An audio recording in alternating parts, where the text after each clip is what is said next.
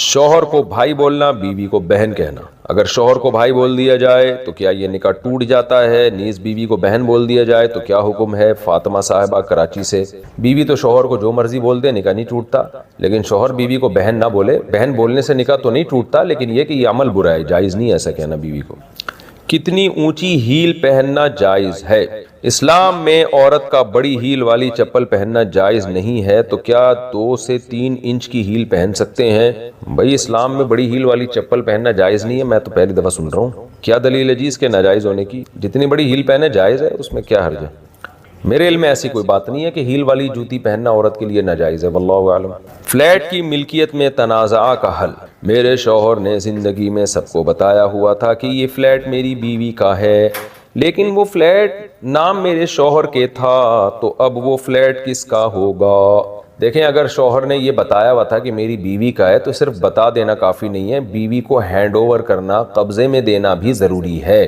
تو اگر شوہر نے یوں کہا کہ یہ میری بیوی کا ہے، اس کے بعد شوہر نے قبضہ دے دیا، قبضے کا کیا مطلب؟ اپنا سارا سامان شوہر اس فلیٹ سے نکالے اور خود بھی نکلے اور بیوی اس فلیٹ میں چلی جائے، ایک دفعہ چلی جائے تو یہ قبضہ ہو جائے گا، پھر بے شک سامان واپس ڈال دے۔ یا یہ تکلف سے بچنا چاہتا ہے کہ کون سامان نکالے کون واپس ڈالے، تو سامان سمیت فلیٹ دے دیتا اور خود تھوڑی دیر کے لیے میاں صاحب باہر نکل جائیں، بیگم اندر ہو، اور یہ کہے کہ بھئی یہ سامان سمیت فلیٹ آپ کا ہے، تو قبضہ ہو جائے گا۔ ایک سیکنڈ کے لیے بھی قبضہ ہو، لیکن قبضہ ضروری ہے۔ ہبہ میں، گفٹ جب کوئی چیز کسی کو دی جاتی ہے تو اس میں قبضہ ضروری ہے۔ اگر شوہر نے یہ سب کچھ نہیں کیا تو صرف زبان سے کہنے سے پھر وہ بیوی کا نہیں ہوگا، اس میں وراثت جاری ہوگی، اور کاغذ کا کوئی اعتبار نہیں۔ اگر شوہر نے بیوی کو فلیٹ دیا اور قبضہ بھی دے دیا، پھر بے شک کاغذات میں اپنے نام ہی رکھا ہو، اس سے کوئی فرق نہیں پڑتا، وہ بیوی ہی کی ملکیت میں ہوگا۔ پوچھا ہے جی، اللہ تعالیٰ قرآن میں فرماتا ہے جب فرشتوں کو آدم کو سجدہ کرنے کا حکم دیا گیا تو ابلیس یعنی شیطان بھی وہاں موجود تھا اور اس نے سجدے سے انکار کر دیا۔ ابلیس جو کہ ایک جن تھا، کیا اس کا مقام فرشتوں کے برابر تھا، اور کیا وہ فرشتوں کے ساتھ اللہ تعالیٰ کی بارگاہ میں موجود ہوتا تھا؟ قرآن اس کی ڈیٹیل میں نہیں جاتا، لیکن کیا کوئی مستقل احادیث ہیں جو اس پس منظر کو ڈیٹیل میں بتاتی ہوں؟ قرآن میں جب اللہ نے یہ بتا دیا کہ تمام فرشتوں نے سجدہ کیا سوائے شیطان کے، کان من الجن، اور وہ جنات میں سے تھا، تو دلالت النس سے پتہ چلتا ہے کہ فرشتوں کے ساتھ جنات کو بھی حکم تھا۔ دلالت النس کسے کہتے ہیں؟ جس کا واضح ذکر نہ ہو لیکن اس کلام کو درست کرنے کے لیے، یعنی اس کلام سے سرسری غور سے پتہ چل رہا ہو کہ یہ بھی حکم تھا، بلکہ اس کو کہتے ہیں اقتضاء النس۔ کیا مطلب؟ جیسے قرآن میں آتا ہے کہ اگر کوئی شخص کسی کی وفات ہو جائے، وَوَرِثَهُ أَبَوَاهُ، اور اس کے وارثین میں صرف اس کے والدین ہیں، ابا اور اماں، اور کوئی بھی وارث نہیں ہے زندہ، فَلِأُمِّهِ الثُّلُثُ، تو اماں کو 1/3 حصہ ملے گا، ابا کا نہیں بتایا کہ کتنا ملے گا۔ اب کوئی کہے، جس مفتی سے بھی پوچھو کہ اگر کوئی شخص کی وفات ہو گئی، اس کے وارثوں میں نہ بیوی ہے نہ بچے ہیں، صرف ایک ابا اور ایک اماں ہیں، تو سارے مفتی کہتے ہیں کہ 1/3 اماں کا اور 2/3 ابا کا، 33% اماں کا، 66% ابا کا، حالانکہ ابا کا تو قرآن میں 66% کہیں بھی نہیں لکھا ہوا۔ تو ہم کیا کہیں گے کہ قرآن کہہ رہا ہے صرف ابا اور اماں وارث ہیں، تو وارث کو ملتا ہے یا نہیں ملتا؟ ملتا ہے۔ اس سے پتہ چل گیا ابا کو ملے گا لازمی، ابا کو قرآن وارث کہہ رہا ہے، اور یہ بھی کہہ رہا ہے صرف یہ دونوں ہی وارث ہیں، اماں اور ابا۔ اس سے یہ بھی پتہ چل گیا کہ کوئی تیسرے کو نہیں ملے گا۔ پھر قرآن نے کہہ دیا اماں کو 1/3 ملے گا، تو جب 1/3 اماں کو ملے گا تو جو باقی بچے گا وہ ابا کے علاوہ کسی کو اس لیے نہیں ملے گا کہ قرآن ان کو وارث ہی نہیں مان رہا، اور سارا ابا ہی کو اکیلے کو اس لیے ملے گا کہ دوسرا وارث صرف ابا ہی ہے، تو وہ سارا کتنا رہتا ہے؟ 66%۔ تو اس کو کہتے ہیں اقتضاء النص، یعنی کلام کو درست ماننے کے لیے ہمارے پاس اب کوئی آپشن ہی نہیں ہے کہ ہم یہ فرض کریں کہ ابا کا 2/3 ہے، ورنہ قرآن کا کلام ہی کیا ہو جائے گا؟ غلط ہو جائے گا۔ مثال کے طور پر قرآن کہتا ہے اگر کوئی شخص مر جائے، اماں کو 1/3 ملے گا، اور وارث صرف ابا اور اماں ہے، کوئی اور وارث بھی نہیں ہے۔ ہم اگر ابا کو 1/3 دیں، 1/3 سے زیادہ نہ دیں، تو اس کا مطلب کیا ہوا کہ پھر باقی آپ کسی اور کو دیں گے، تو یہ وَوَرِثَهُ أَبَوَاهُ کا لفظ ہی غلط ہو جائے گا۔ قرآن کہہ رہے وارث یہ دونوں، آپ کسی اور کو وارث کیوں بنا رہے ہو؟ ابا کو اگر ہم 2/3 سے زیادہ دیں تو قرآن کی یہ بات غلط ہو جائے گی کہ اماں کا 1/3، کیونکہ ابا کو 2/3 سے زیادہ دیں گے تو اماں کا 1/3 سے کم کرنا پڑے گا۔ تو یہ سب قرآن کی آیت کو یعنی ٹھیک قرار دینے کے لیے ہمارے پاس یہی آپشن بچتا ہے کہ ابا کو 2/3 دینا پڑے گا، اور اسی وجہ سے قرآن نے الگ سے ابا کا تذکرہ ہی نہیں کیا کہ کامن سینس استعمال کر لو تم لوگ, ٹھیک ہے نا. قرآن جب فقہی مسائل بیان کرتا ہے تو بہت شارٹ میں بیان کرتا ہے, جب نصیحت کی باتیں کرتا ہے تو بہت لمبی بات ہوتی ہے, کیونکہ نصیحت میں ڈیٹیل ہوتی ہے, نصیحت میں شارٹ کلام نہیں چلتا.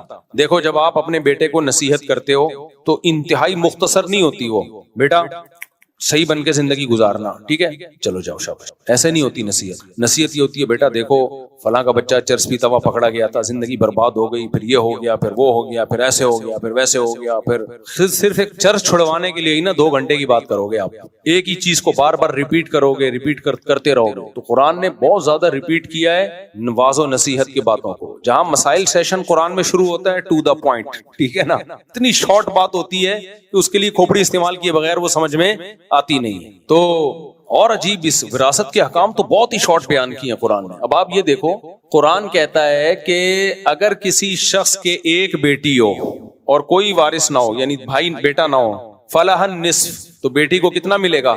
آدھا. اور قرآن کہہ رہا ہے اگر کسی شخص کے 2 سے زیادہ بیٹیاں ہوں, وَإِن كُنَّ نِسَاءً فَوْقَ اثْنَتَيْنِ, 2 سے زیادہ بیٹیاں ہوں تو فَلَهُنَّ ثُلُثَ مَا تَرَكْ, تو 2/3 ملے گا بیٹیوں کو.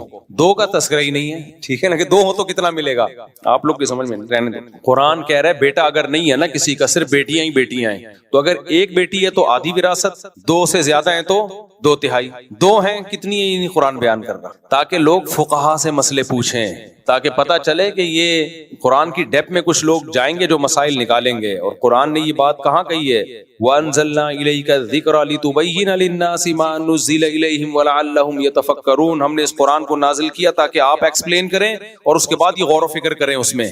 تو اس لیے فقہا ڈیپ میں جا کے غور کرتے ہیں, ان سے مسائل کا علم لیا جاتا ہے, وہ قرآن اور حدیث کو زیادہ سمجھتے ہیں. تو 2 سے زیادہ کا تذکرہ اللہ نے اس لیے نہیں کیا کہ 2 کا تذکرہ اسی سے خود ہی سمجھ میں آ جاتا ہے, کیونکہ بیٹی اگر ایک ہو تو آدھا آدھا لیتی ہے, اس بیٹی کے ساتھ اگر ایک عدد بیٹا بھی ہو تو بیٹی کا حصہ 1/3 ہو جاتا ہے اور بیٹے کو دگنا ملتا ہے. سمجھ میں آ رہی ہے بات, بیٹے کو کتنا ملتا ہے؟ دگنا. تو اگر بیٹی کے ساتھ ایک عدد بیٹی ہی ہو تو بیٹا اپنی بہن کا حصہ 1/3 سے کم نہیں کر سکتا, تو بہن اپنی بہن کا حصہ 1/3 سے کم کیسے کر سکتی ہے؟ حالانکہ بیٹے کو زیادہ ملتا ہے نا, بیٹے میں اتنی پاور نہیں ہے کہ اکلوتی بہن کو 1/3 سے نیچے لے آئے وہ. تو اس کے ساتھ اگر ایک اور بہن ہوتی, 2 بہنیں ہوتی, تو ان کو ہم 1/3 کیسے دیتے, 1/3 ان میں ڈیوائڈ کرتے تو 1/3 دونوں میں برابر ہو جاتا, تو ایک بیٹی کا حصہ 1/3 سے کم ہو جاتا. تو بیٹا بیٹی کا حصہ 1/3 سے کم نہیں کر سکتا, تو بیٹی بیٹی کا حصہ 1/3 سے کم کیسے کر سکتی ہے؟ تو اسے بتا لیں 1/3 تو ملے گا ہی ملے گا. تو 2 بیٹیوں کو جب 1/3 دیں گے تو کتنا بن جائے گا؟ 2/3. اس لیے قرآن نے کہا کہ یہ کامن سینس استعمال کرو. تو فقہا نے استعمال کی, انہوں نے کہا بیٹی اگر 1 ہو تو 1/3, 2 ہو تو 2/3, 2 سے زیادہ ہو تو قرآن نے ویسے ہی بیان کر دیا. آپ کہہ سکتے ہو پھر قرآن 2 سے زیادہ کو بھی بیان نہ کرتا. 2 سے زیادہ کو بیان اس لیے قرآن نے کر دیا, اس میں اجتہاد چل نہیں سکتا تھا. اس میں کوئی یہ کہہ سکتا تھا قرآن کہہ رہا ہے 2 بیٹیوں کا 2/3, تو 2 سے زیادہ کا پتہ نہیں کتنا ہوگا, ہو سکتا ہے وہ اس میں کوئی کمی بیشی ہو. تو قرآن نے کہہ دیا 2 سے زیادہ ہو تو 2/3, 1 ہو تو آدھا, 2 ہو تو خود سمجھ جاؤ باقی آیتوں میں غور کر کے, ٹھیک ہے نا. تو باقی آیتوں میں غور کیا, فقہا نے سب نے فتویٰ دیا 2 بیٹیاں ہوں یا 2 سے زیادہ, ان کو 2/3 ہی ملے گا. سمجھ میں آ گیا؟ ٹھیک ہے, نہیں آیا تھوڑا بادام کے تیل کی مالش کریں. مفتی صاحب اللہ تعالی نے, ہاں تو یہاں بھی شیطان کا مسئلہ تو ہم حل کریں. تو اللہ نے جب کہہ دیا کہ میں نے حکم دیا سجدہ کرنے کا, تو تمام فرشتوں نے سجدہ کیا سوائے شیطان کے, اور وہ جن میں سے تھا. تو دلالت النص سے یا اقتضاء النص سے پتہ چلتا ہے کہ جنات کو بھی سجدہ کرنے کا حکم ہوا تھا. یہ کامن یعنی خود بخود ہی پتہ چل گیا. اب کیسے ہوا تھا, یا تو واضح طور پہ حکم ہوا تھا اللہ نے فرشتوں کے ساتھ جنات کو بھی, یا یہ دلالتاً حکم ہوا تھا کہ جب فرشتے جو جنات سے افضل ہیں ان کو ہو رہا ہے تو تم تو کس کھیت کی مولی ہو بھائی, تم تو خود بخود اس میں داخل ہو. اس کی مثال ایسے ہے جیسے کوئی آفیسر آیا تو آپ نے بولا کہ احترام میں کھڑے ہو جاؤ, افسر آ رہا ہے, سب کھڑے ہو گئے, چپڑاسی کھڑا نہیں ہو رہا, سب کھڑے ہو گئے, وہ جو چپڑاسی ہے نا وہ نہیں کھڑا ہو رہا. تو اس کو بولے تو احترام میں کیوں نہیں کھڑا ہوا؟ کہہ رہے ہیں آپ نے مجھے تو کہا ہی نہیں. ہم کہیں گے بھائی جب اتنے بڑے بڑے آفیسرز کو حکم دیا جا رہا ہے وہ باس کے احترام میں کھڑے ہو جائیں, تو بیچارہ ویسے ہی پوچھا لگاتا ہے, تو بیٹھا ہوا ہے ٹانگیں پھیلا کے یوں کر کے میری. تو یہ کامن سینس ہے. سمجھتے ہیں کہ نہیں سمجھتے؟ پھر بھی سمجھ میں نہیں آیا تو پھر شیطان سے جب ملاقات ہو تو پوچھ لینا بھائی تو نے سجدہ کیوں نہیں کیا. اگر وہ کہتا ہے کہ مجھے آرڈر ہی نہیں ہوا تھا, تو پھر کہیں پھر اللہ نے تجھے سزا کیوں دی, تو کہے گا پھر پھر یہ تو اللہ کا معاذ اللہ قصور ہے, شیطان تو کچھ بھی کہہ سکتا ہے. تو پھر آپ نے اس سے کہنا ہے کہ پھر تو نے اللہ کو یہ کیوں کہا کہ میں آگ سے بنا ہوا ہوں اور یہ مٹی سے؟ تو یہ کہتا ہے کہ تو نے مجھے آرڈر دیا ہی نہیں ہے تو میں کیوں کروں. شیطان نے یہ تھوڑی کہا تو نے مجھے آرڈر نہیں دیا, شیطان نے یہ رپورٹ پیش کی تھی کہ میں آگ سے بنا ہوا ہوں, یہ مٹی سے. اس کا مطلب شیطان بھی یہ بات مانتا تھا کہ سردے کا آرڈر تو ہوا ہے, لیکن شیطان کی رائے یہ تھی کہ یہ آرڈر صحیح نہیں ہے, یہ معاذ اللہ غلط بات ہوئی ہے. شیطان کے بارے میں کچھ بتانا چاہ رہے ہیں؟ جی یہ کہہ رہے ہیں دنیا میں تو شیطان سے ملاقات ہوتی نہیں, اگر کوئی ڈائریکٹ جنت میں چلا جائے تو شیطان سے ملاقات کیسے ہوگی؟ پھر کیا کرنا ہے شیطان سے ملاقات کریں؟ مفتی صاحب, اللہ تعالیٰ نے اسباب کے ساتھ دنیا کے معاملات رکھے ہیں, تو پھر جب ایک شخص غریب ہے تو پھر وہ جلدی شادی کیوں کرے اور غسل اور نسل کیوں بڑھائے؟ وہ تو لوگوں پر بوجھ بنے گا اور خودکشی کی طرف جائے گا. بالکل درست بات کی, فی نفسی ہی درست بات کی ہے کہ جب اللہ نے اسباب کا حکم دیا ہے تو جب غریب آدمی شادی کرے گا یا بچے پیدا کرے گا تو اسباب یہ کہتے ہیں کہ خرچہ دگنا ہو جائے گا, پھر بچے آتے چلے جائیں گے, ان کا بھی خرچہ, تو پیسے ہیں نہیں تو اسباب کی دنیا میں مسئلہ ہوگا.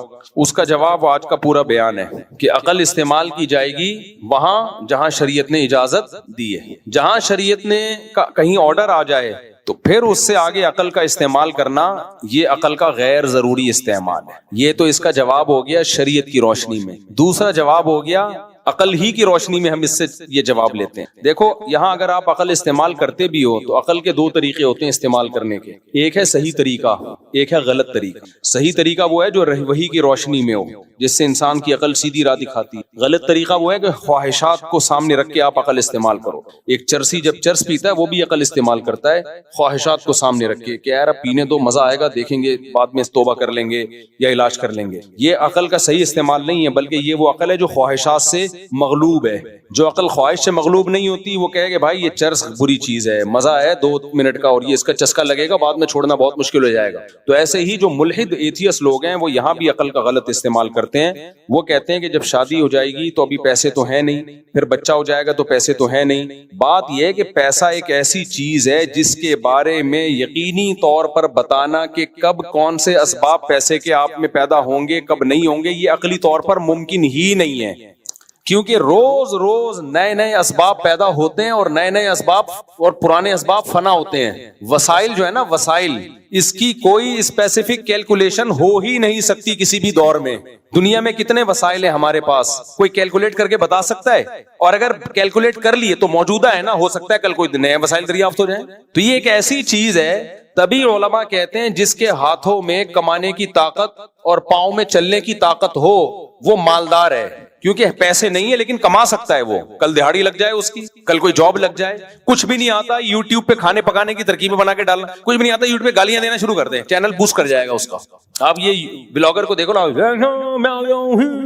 ٹھش پش کرتے رہتے ہیں, پھینکتے رہتے ہیں, اور ملینز میں چینل ان کے, میں لیٹرین میں بیٹھا ہوا ہوں, واش روم میں بیٹھا ہوا ہوں, قبض ہو گیا مجھے, لوٹا لے کر آؤ. ایسا چلے گا آپ بھول جاؤ گے. 10 سال پہلے کوئی بتا سکتا تھا کہ یہ بھی کوئی پیسہ کمانے کا طریقہ ہوگا؟ میں واش روم میں بیٹھا ہوا ہوں, کوئی بتا سکتا تھا؟ اتنے نت نئے طریقے. عقل خود کہہ رہی ہے کہ اس کے بارے میں کسی کے بارے میں یہ رائے قائم کرنا کہ یہ غریب ہے تو غریب ہی رہے گا, یہ پاسبل ہی نہیں ہے, اور یہ امیر ہے تو کل بھی امیر ہی رہے گا. اگر یہ فلسفہ ہو تو امیر کو بھی شادی نہیں کرنی چاہیے. وجہ اس کی یہ ہے کہ آج آپ کی فیکٹری ہے, ہو سکتا ہے فیکٹری کو آگ لگ جائے, ہو سکتا ہے ورلڈ ٹریڈ سینٹر میں جو بزنس مین بیٹھا کرتے تھے نا, زرداری کچھ بھی نہیں تھا ان کے مقابلے میں, وہ سب 4 شادیاں کرنے کا پروگرام تھا ان کا کہ ہمارا تو خربوں کا بزنس ہے. جہاز آیا, پورے بزنس کی واٹ لگا دی, روڈوں پہ آ گئے, خودکشیاں کی ہیں بہت, جو بچ بھی گئے نا انہوں نے بھی خودکشیاں کر لی. تو المال غاد ورائہ, پیسہ ایسی چیز ہے آج آیا کل گیا. تو اس لیے شریعت نے اس میں مدار اس پر رکھا ہے کہ بالقوہ. بالقوہ کا مطلب ہاتھ پاؤں سلامت ہیں یا نہیں ہے, بس کافی ہے. سمجھ میں آ رہی ہے بات کہ نہیں آ رہی؟ اور دوسری بات, عقل کیا کہتی ہے؟ آپ غریب ہیں تو کیا دنیا کے سب سے غریب آپ ہی ہیں؟ یہ تو عقل کہتی ہے کہ آپ غریب ہیں تو ڈیفنس کی لڑکی سے شادی نہ کریں, لیکن یہ نہیں کہتی کہ آپ غریب ہیں تو اپنے سے بھی زیادہ غریب سے شادی نہ کریں. کیونکہ اگر آپ کی آمدن فار ایگزامپل 10,000 ہے, بہت ہی غریب کی ہوگی نا, تو ایسے لوگ بھی آپ کو مارکیٹ میں مل جائیں گے جن کے باپ, جن کی آمدن 5,000 ہے اور اس میں 6 بیٹیاں پال رہے ہیں. تو اس کے حساب سے 10 والا کیا ہے؟ غریب ہے مالدار ہے؟ مالدار ہے، کیونکہ امیر اور غریب کی کوئی اسپیسیفک ڈیفینیشن نہیں ہے، یہ امور اضافیہ ہوتے ہیں۔ امور اضافیہ کا مطلب یہ ہوتا ہے کہ ہم اس میں ایک دوسرے سے کمپیئر کر کے کہتے ہیں کہ یہ امیر ہے اور یہ کیا ہے؟ غریب ہے۔ مثال کے طور پر دیکھو، ایک آدمی کو کسی گاؤں سے آیا اور کراچی میں چوکی داری کی نوکری مل گئی، اس کو کسی گلی میں چوکی دار لگ گیا، وہ گاؤں فون کر کر کے خوشی سے بتاتا ہے میں باروزگار ہو گیا ہوں، میرا روزگار لگ گیا ہے کراچی میں، مجھے ایک گلی میں چوکیدار کی نوکری مل گئی ہے، اب میری شادی کراؤ۔ گاؤں والے ڈھول بجاتے ہوئے آتے ہیں اور سب لوگ اپنی بیٹیاں پیش کر رہے ہوتے ہیں، یار یہ لڑکا منڈا کراچی میں اس کی جاب لگ گئی، ہماری بیٹی لو۔ وہ کہہ رہے ہماری بیٹی لو، کیا مطلب؟ ان کے لحاظ سے وہ مالدار ہے۔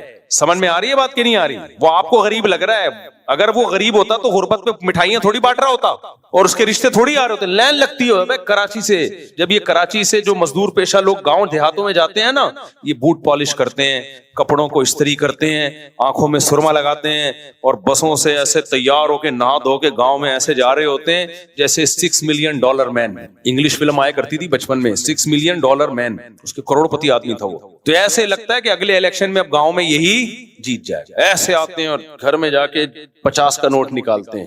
حقیقت ہے ان کے لحاظ سے یہ کیا ہے؟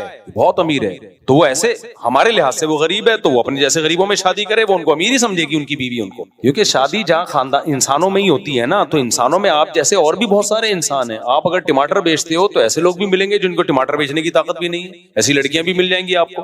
اور ڈیفنس والے کی نظر میں یہ کیا ہے؟ غریب ترین انسان ہے، یار یہ تو بیچارہ گلی میں چوکیداری کر رہا ہے، یہ تو ٹماٹر بیچ رہا ہے۔ سمجھ میں آ رہی ہے بات کہ نہیں آ رہی؟ ایک بات آگے، دوسری بات رہی بچوں کی، تو عقل یہ کہتی ہے کہ ابھی جیب میں پیسے نہیں ہیں، بچہ جب پیدا ہوگا تو کہاں سے کھلائیں گے۔ یہ وہ عقل ہے جو شہوت سے متاثر ہے، جو خدا کے مقابلے میں۔ جب وحی کے نور سے عقل آراستہ ہوتی ہے تو پھر عقل صحیح استعمال ہوتی ہے۔ عقل کہتی ہے بچہ پیدا ہوا، ماں کی چھاتیوں میں دودھ آیا، اس کا مطلب پیدا کرنے والا اس سے غافل، بولو اس کا انتظام کس نے کیا ہوا ہے؟ اللہ نے۔ اب پھر وہی شہوت پرستوں کی عقل، وہ کہیں گے یار بچے کے لیے صرف دودھ ہی تو نہیں چاہیے نا، بچے کو صرف دودھ چھوڑی چاہیے، بچے کو تو اسکول کا فیسیں اور آگے علاج اور فلانا اور ڈمکانا۔ یہ وہ عقل ہے جو شہوت پرستی سے اور کنجوسی سے مغلوب ہے۔ اصل میں پیسہ بچانا مقصد ہے کہ میں ہی کھا جاؤں سارا۔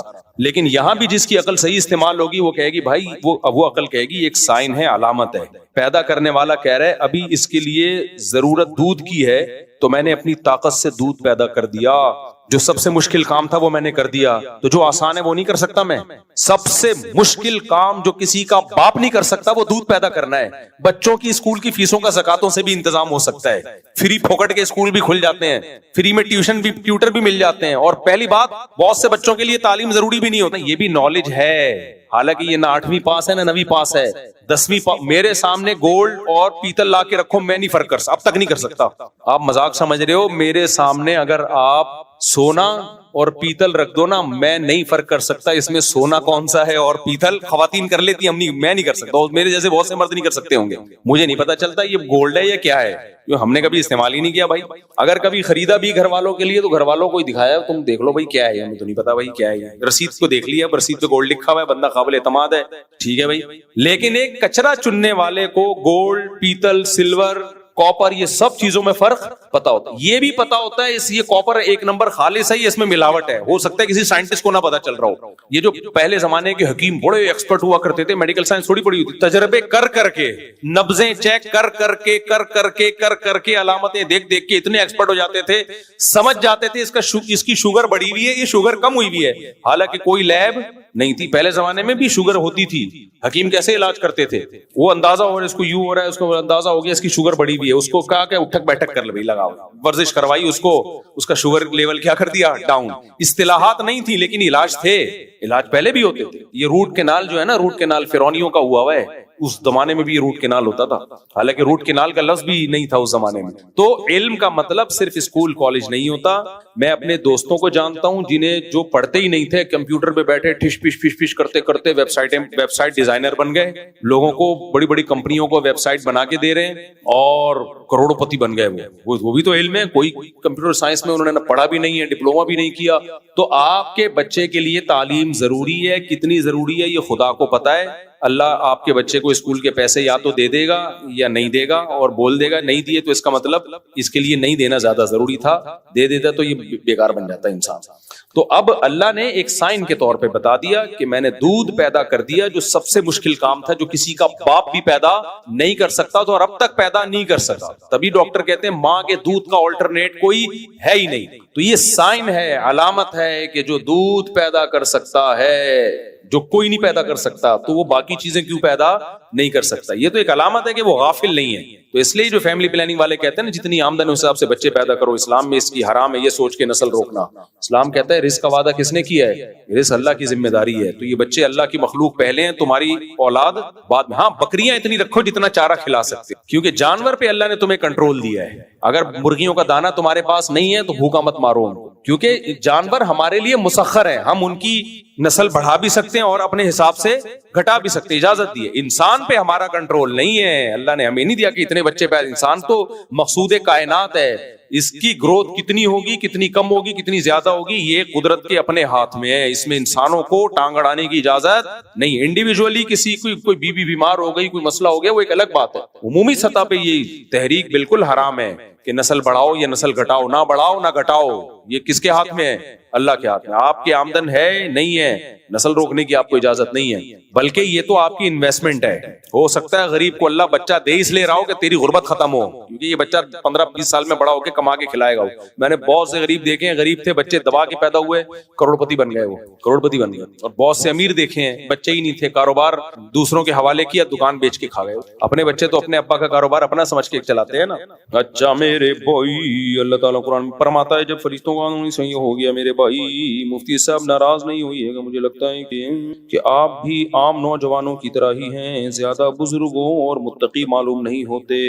آپ ہمیں جیسا علماء صلحاء ہوتے ہیں، یعنی آپ بھی نارمل لگتے ہیں، ہمیں کوئی بزرگ ٹائپ کی چیز نہیں لگتے. تو ہے، میں نے کب کہا ہے میں بزرگ ہوں بھائی؟ میں تو سادہ سا شادیوں والا انسان. میں تو خود لوگوں کو دوسروں سے بیعت کا مشورہ اس وجہ سے دے رہا ہوتا ہوں، بھائی فیروز میمن صاحب سے بیعت ہو جاؤ، جا کے بیعت ہو جاؤ. یہ یہاں پر مولانا محمد احمد صاحب ہیں، ان سے بیعت ہو جاؤ. اور جامع الرشید میں مفتی عبدالرحیم صاحب ہیں، مولانا قاسم صاحب ہیں، ان سے بیعت ہو جاؤ. دارالعلوم کرنگی میں حضرت مفتی عبدالرؤف صاحب ہیں اور تیسرے بزرگ، ان سے بیعت ہو جاؤ. KPK میں حضرت پیر مختار الدین شاہ صاحب ہیں، بڑا زبردست سلسلہ، ان سے بیعت ہو. تو ہم تو خود آپ کو مشورہ دے رہے ہیں اس سلسلے میں. جی ہاں، سوال کرنے کا مقصد ہے کہ آپ بزرگ بنو. ان کا مقصد یہ ہے، جنہوں نے بھی سوال کیا نا کہ آپ کیوں ایسے ہو، آپ بنو، آپ نیک بنو. تو کوشش کرتا ہوں انشاءاللہ کل سے. نصیحت تو سننی چاہیے نا. اچھا میرے بھائی، ایک صاحب اعتراض کر رہے تھے، آج کے دور میں موبائل میں ذخیرہ حدیث اور درجنوں تفاسیر مل جاتی ہیں، بہت علم موجود ہے، جبکہ پہلے تو ایک حدیث سے حاصل ہونے کی اتنا دور سفر کرنا ہوتا تھا، وسائل نہیں تھے. تو پھر تم نے یہ کیوں فرض کر لیا کہ ہمارا علم ائمہ اربعہ اور اسلاف سے زیادہ نہیں ہو سکتا؟ تو بہت یہ فرض نہیں، حقیقت ہے ہمارا علم ان سے زیادہ نہیں ہو سکتا.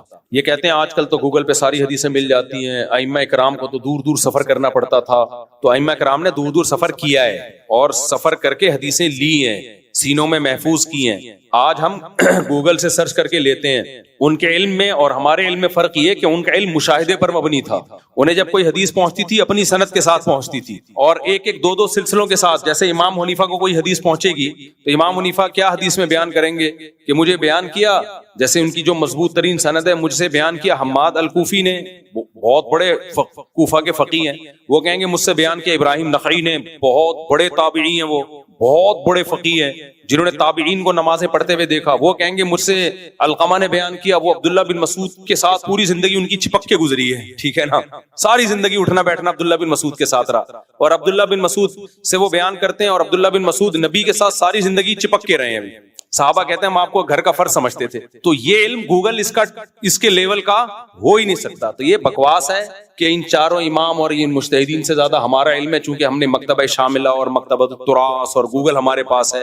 آپ کا سارا کتابوں کا بوجھ بھی آپ رکھ لو تو آپ کی مثال ایسے ہی ہے کمثل الحمار یحمل اسفارا. وہ تفقہ، وہ بصیرت، وہ تقوی اور مشاہدہ کا علم. جیسے کوئی حدیث صحابی بیان کر رہا ہے تو وہ ان کو دیکھ بھی رہے ہیں، نماز پڑھتے ہوئے دیکھ رہے ہیں, زکاتیں دیتے ہوئے دیکھ رہے ہیں, تو وہ علم کا ہاں یہ ہر انسان سے ہو سکتا ہے کہ کوئی حدیث کسی تک نہ پہنچی ہو, تو یہ تو آج بھی ہو سکتا ہے. کتنی دفعہ آپ تحقیق کر رہے ہوتے, گوگل, مکتبہ شاملہ سب میں تلاش کر لیا, بعد میں پتا چلا یار یہ تو حدیث موجود ہے, ہماری نظر سے نہیں گزری. تو یہ ان کے ساتھ بھی ہو سکتا تھا, لیکن ان کے ساتھ اگر ہوا ہے ایسا تو ان کے شاگردوں نے کریکشن کر لی کہ یار ہمارے استاذ کو یہ حدیث نہیں پہنچی تھی, تو انہوں نے کریکشن کر لی اور وہ فقہ کا حصہ بن گئی. اور آج کریکشن بھی نہیں کرتے. اور سب سے بڑی بات یہ جو تفقہ اور بصیرت ان لوگوں میں تھی وہ تھوڑی آج ہو سکتی. یہ خوب سمجھ لو, فقہ پہلے مدون ہوا ہے, حدیث بعد میں مدون ہوئی ہے. قرآن و سنت سے مسائل نکال کے کتابیں پہلے لکھی گئی ہیں اور حدیث کی کتابیں بعد میں لکھی گئی ہیں. تو اب اگر ہم ان لکھی ہوئی کتابوں ہی کے محتاج ہوتے تو اس کا مطلب اسلامی قانون ہی غلط مرتب ہو گیا تھا پہلے. تو یہ تو بات ہی الٹی ہو جائے گی کہ مطلب دو تین سو سال تک تو مسلمان گھاس کھاتے رہے تھے, اس کے بعد حدیث مرتب ہوئی اور سیدھے اسلام پہ آئے. ایسا تھوڑی ہے بھائی, حدیث مرتب بعد میں ہوئی ہے. یہ تھوڑی کہ حدیث پہلے تھی نہیں, پہلے سندوں کے ساتھ سینہ بسینہ حدیث چلتی تھی, اسی کی روشنی میں انہوں نے مسائل نکال کے اخذ کر کے مرتب کر دیے, کیونکہ فقہ کو مرتب کرنے کی ضرورت پہلے زیادہ تھی. زیادہ اس لیے تھی کہ اسلامی لاء تو فوراً چاہیے نا, اس کو پہلے مرتب کر لیا گیا. حدیثیں بعد میں پھر ریٹن فارم میں لائی گئی, لیکن حدیثیں تھیں پہلے. امام حنیفہ اپنی سندوں سے, عبداللہ مبارک اپنی سندوں سے, سفیان ثوری اپنی سندوں سے, ابراہیم نخعی اپنی سندوں سے, حضرت عبداللہ بن عباس کے شاگرد تھے اکرمہ, مجاہد, یہ سارے, سعید ابن جبیر, یہ ساری. اور ان کے علم کیا تھے بھائی, سعید ابن جبیر عبداللہ بن عباس کو نمازیں پڑھتے ہوئے دیکھ رہے ہیں, فتوے دیتے ہوئے دیکھ رہے ہیں, طاؤس دیکھ رہے ہیں. یہ تو ان کے لیول کا ٹکر کا تو کوئی ہو ہی نہیں سکتا بھائی. مجھے ایک بات بتاؤ, آج ہمارے پاس ایک کوئی شخص آ جائے جس نے 23 سال نبی کی زندگی میں کے ساتھ گزارے ہوں, نبی کے ساتھ جس نے 23 سال گزارے ہوں, 20 سال نبی کے پیچھے نمازیں پڑھی ہوں, جہاد کیا ہو, اور وہ ہمیں بتائے نبی نے ایسے نماز پڑھی ہے. آپ ساری بخاری مسلم کو ایک طرف رکھ دو, آپ بولے گا بھائی سب کے کیا کر دو سائڈ پہ, یہ تو دیکھ کے آ رہا ہے, یہ کیا کر رہا ہے دیکھ کے آ رہا ہے. اب کوئی ایسا بندہ آنا ممکن نہیں ہے اس لیے, لیکن یہ چاروں ائمہ انہوں نے جن سے علم حاصل کیا وہ سارے ایسے ہی بندے تھے, وہ سارے ایسے بندے تھے جنہوں نے صحابہ کو دیکھا, تابعین کو دیکھا. تو اس لیے ان کے ٹکر کا علم اب ہو نہیں سکتا, امپاسبل, یہ ممکن ہی نہیں ہے. تبھی آپ ان لوگوں کو دیکھ رہے ہیں جن کو ساری حدیثیں پتہ ہوتی ہیں, پھینکتے کتنی لمبی لمبی ہیں. وطر کا طریقہ آج تک ہم غلط پڑھتے رہے, اس نے پوری تحقیق کے بعد ہی مسئلہ بیان کیا تھا. آج تک ہم وطر گھاس کھاتے رہے ہیں, اتنا کنفیوژن پیدا کی دنیا میں, جہاں بھی جاؤ لوگ پریشان تھے یار کہ مفتی صاحب اتنی بڑی کنفیوژن اس بندے نے. ہم نے کہا 20 سال سے ہم غلط نماز پڑھ رہے ہیں, تو وہ آپ نے دیکھ لیا, وہ وہی تھے, مکتبہ شاملہ والے ہی ہوتے ہیں یہ, وہ لوگ مکتبہ تراث والے, گوگل مفتی ہوتے ہیں یہ. تو اس کا اب تک کوئی جواب آیا نہیں ہے. اس کے جواب میں کچھ لوگوں نے ریکارڈ کروایا, حدیث میں آتا ہے 5 رکعتیں وتر پڑھتے تھے اور آخر میں بیٹھتے تھے. مفتی صاحب نے اس حدیث کا تو جواب دیا ہی نہیں ہے. تو اس حدیث کا جواب اس لیے کہ یہ اس کی دلیل میں ہے ہی نہیں, اس لیے میں نے جواب نہیں دیا. وہ تو جو آپ کے دعوے کی دلیلیں تھیں ان کا جواب دیا. اس حدیث کا مطلب کہ 5 رکعت وتر میں آخر میں بیٹھتے تھے کا مطلب یہ ہے کہ 3 رکعت وتر اور 2 نفل, پورے کو وتر کہا گیا ہے, کیونکہ امام ترمذی نے کہا ہے پوری صلاۃ اللیل کو بھی کیا کہا جاتا تھا, وتر. تو 5 رکعت وتر میں صرف آخر میں بیٹھنے کا مطلب باقی پوری تہجد کھڑے ہو کر ہوتی تھی, آخری 2 رکعتیں بیٹھ کے ہوتی تھیں. اور یہ حدیث سے ثابت ہے نبی وتر کے بعد 2 نفل بیٹھ کے پڑھتے تھے. تو اس کا یہ مطلب کہ 2 رکعتوں کے بعد بیٹھتے ہی نہیں تھے, یہ آپ کی بنائی ہوئی تفسیر ہے, حدیث میں نہیں ہے. ہاں ایک حدیث میں یہ آتا ہے کہ 5 رکعت وتر پڑھتے تھے اور 2 رکعتوں کے بعد نہ بیٹھتے تھے نہ سلام پھیرتے تھے. وہ ابن جریج سے مروی ہے جو مدلس ہے اور عن کے ساتھ ہے, تو وہ انتہائی شدید ضعیف حدیث ہے وہ. اور ایک نے تو اتنی لمبی پھینکی, میرے نیچے نا اس کلپ پہ کچھ افلاطونوں کے کمنٹس آئے ہوئے ہیں, کہہ رہے مفتی صاحب نے بڑی خیانت کی ہے, یہ حدیث تو چرا لی مفتی صاحب نے. حضرت عطا کہتے ہیں کہ نبی صلی اللہ علیہ وسلم 3 رکعت وتر پڑھتے تھے اور 2 رکعتوں کے بعد بیٹھتے بھی نہیں تھے اور آخری رکعت میں سلام پھیرتے تھے, اور بیٹھتے بھی نہیں تھے نہ سلام پھیرتے تھے. مفتی صاحب نے بہت بڑی چوری کر لی, یہ حدیث چھپا لی. تو حدیث کے جو عربی الفاظ ہیں وہ بھی لکھے ہوئے ہیں, نیچے ترجمہ بھی. عربی الفاظ میں یہ کہ عطا خود ایسا کرتے تھے, اور ترجمہ کیا لکھا ہوا ہے, عطا کہتے ہیں نبی ایسا کرتے تھے. میں نے کہا یہ تو ان بغیرتوں کا حال ہے یار, تمہیں اتنا نہیں پتا چل رہا کہ عطا اپنا عمل بیان کر رہے ہیں یا نبی کا عمل بیان کر. ترجمے میں تم نبی کی طرف نسبت کر رہے ہو اور بنے ہوئے مجتہد, کہتے ہیں ہم تقلید نہیں کرتے, ہم تقلید ہم قرآن حدیث. تو یہ منجن کسی اور کے سامنے جا کے بیچا کرو قرآن حدیث. ترجمے ان کمبختوں نے غلط کیے ہوئے ہوتے ہیں, اور کئی جگہ یہ حدیث کوٹ کی ہے کہ حضرت عطا کہتے ہیں نبی یہ کیا کرتے تھے. کہاں کہتے ہیں حضرت عطا, کہاں لکھا ہوا ہے, میں دکھاؤ. کہتے ہیں یہ لکھا ہوا ہے نا بے کمبخت, یہ اردو میں لکھا ہوا ہے. حضرت عطا کیا اردو اسپیکنگ تھے, اردو میں بول کے گئے ہیں. تو وہ کہتے ہیں یہ عربی سے ترجمہ ہم نے کیا ہے. تو بھائی یہ ترجمہ غلط کیا ہے. حضرت عطا نے نبی کی طرف نسبت، ان کا اپنا اجتہاد تھا یہ. تو ہم حضرت عائشہ کے عمل کو لیتے ہیں. حضرت عائشہ نبی کی وطر کو زیادہ سمجھتی تھیں. حضرت عائشہ سے وطر کا وہی طریقہ ثابت ہے جس طرح سے حنفی پڑھتے ہیں، بالکل ایز اٹ از یہی طریقہ ثابت ہے. اور باقی تمام طریقوں کی نفی ہے سیدہ عائشہ سے. باقی ٹھیک ہے اختلافی مسئلہ ہے، تو اختلافی مسئلہ ہے تو ہم حضرت عائشہ کو فالو کر رہے ہیں، اور اس میں حدیث مرفوع بھی ہے، نبی کا عمل بھی ہے. اور عبداللہ بن عمر کا عمل یہ ہے کہ وہ 2 رکعت کے بعد سلام پھیرتے تھے. تو اس کے جوابات 2 رکعت کے بعد سلام پھیرنے نہیں پھیرنے ایک الگ ٹاپک ہے، میں اس پہ بھی انشاءاللہ ریکارڈ کرواؤں گا. لیکن وطر 3 پڑھنے ہیں تو 2 رکعت کے بعد آپ کو قادہ کرنا پڑے گا. ایک صاحب نے کہا کہ میں نے خود حرم میں وطر پڑھے ہیں، امام کعبہ نے تراویح کے بعد 3 وطر پڑھائے، 2 رکعت کے بعد قادہ نہیں کیا، ڈائریکٹ کھڑے ہو گئے. صاحب امام کعبہ تو غلط نہیں ہو سکتے. تو پھر آپ ایک اصول پہ ٹکو، آپ بولو پھر قرآن و حدیث کی میں ہمیشہ وہ تشریح مانوں گا جو امام کعبہ سے پھر دلیل ولیل کی بات مت کر. تو اس کے جواب میں پھر ہم کہیں گے آج آپ امام کعبہ کی تقلید کر رہے ہو، ہم ابو حنیفہ کی کر رہے ہیں، جو تبع تابعین میں سے اور راجح قول کے مطابق تابعین میں سے تھے، جن کو 50% سے زائد امت نے فالو کی. برے ہم امام کعبہ کو بھی نہیں کہتے، قابل احترام ہے ہمارے لیے. تو پھر آپ مقابلہ نبی کا ابو حنیفہ سے نہیں کراؤ، پھر آپ ابو حنیفہ کا امام کعبہ سے مقابلہ کراؤ. ٹھیک ہے نا، ٹھیک ہے نا. تو اس میں امام حنیفہ کا پلہ بھاری ہے. اور اگر دلیل کی بات کرنی ہے تو دلیل سے ثابت کرو. پھر آپ پھر امام یہ نہیں کہو امام کعبہ یہ کرتے ہیں تو امام سدیس یہ کرتے ہیں. پھر لوگ کہتے ہیں حرم میں کیسے غلط ہو سکتا ہے. یقیناً حرم میں غلط نہیں ہو سکتا بشرطے کہ 1400 سال سے ہو. یہ نہیں ہو سکتا کہ حرم میں 1400 سال سے غلط نماز پڑھی جا رہی ہو. ہاں جس نماز میں اختلاف ہے تو حنفیوں کی تو 700 سال حرم میں حکومت رہی ہے. 700 سال تو وہ حکومت رہی ہے جو پکی ڈھکی، اور اس سے پہلے بھی زیادہ تر حنفی ہی رہے ہیں. 700 سال تو وہ جو حنفی تھے دنیا میں، یعنی ان کی ایسا خلافت تھی کہ وہ غیر مسلموں کو جب فقہ کی کتابیں دی جاتی تھی نا، اسلامی قانون، تو فقہ حنفی ہی بتایا جاتا تھا ان کو. ہمارے دوست نے جرمنی کی یونیورسٹی میں جو اسلام پڑھا ہے نا، اس میں اب تک قدوری پڑھائی جاتی ہے. سمجھ میں آ رہی ہے بات؟ قدوری، کیونکہ خلافت عثمانیہ کے دور میں جو اسلامی لا انٹروڈیوس ہوتا تھا نا غیر مسلم کنٹریز میں، وہ قدوری اور ہدایہ ہوتا تھا. تبھی آکسفورڈ یونیورسٹی میں صدیوں تک ہدایہ پڑھائی جاتی رہی ہے اسلامی قانون کے طور پر، اور اب بھی یہ بہت ساری ان کی یونیورسٹیوں میں. خیر کہاں سے کام چلے گئے. تو خلاصہ یہ نکلا کہ یا تو تقلید کرو یا تحقیق کرو. تم کم بختو نہ تقلید کے نہ تم تحقیق. جہاں سے تمہیں فتویٰ مل رہا ہے اٹھا کے وہیں سے پھینک دیا. تو حرم میں تو 1400 سال پھر 20 رکعت تراویح پڑھی گئی ہے، تو آپ کیوں اس کو نہیں مانتے پھر؟ اچھا میرے بھائی مفتی صاحب، یہ سوال یہ کہ کوئی بھی نیاز کو کوئی بھی ہندو کو مسجد میں جانا جائز ہے اور بیان سن سکتا ہے؟ جی بالکل جائز، کیا مستحب ہے کہ اس کو مسجدوں میں لائیں اور بیان سنوائیں. غیر مسلم نبی کے دور میں بھی مسجد نبی میں آئے ہیں. مفتی صاحب میری بیٹی جس کی عمر 18 سال ہے، اس کے پاس 1.92 تولے سونا موجود ہے، اور اس کا میری بیٹی عمر 16 سال ہے، اس کے پاس موجود ہے.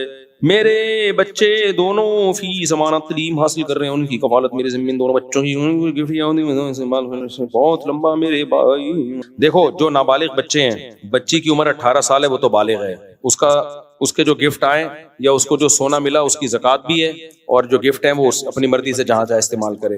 اور بچے کی عمر بھی 16 سال ہے، وہ بھی بالغ ہو گیا. تو دونوں کے حکام وہی ہیں جو بڑوں کے حکام ہیں. سونے پہ زکوٰۃ بھی ہے، اور جو ان کو گفٹ ملیں گے وہ اپنی مرضی سے خرچ بھی کر سکتے ہیں. نابالغ بچے کے پاس جو مال ہے اس پہ زکوٰۃ بھی نہیں ہے، اور اس کو جو گفٹ ملے تو وہ استعمال بھی نہیں ہو سکتے.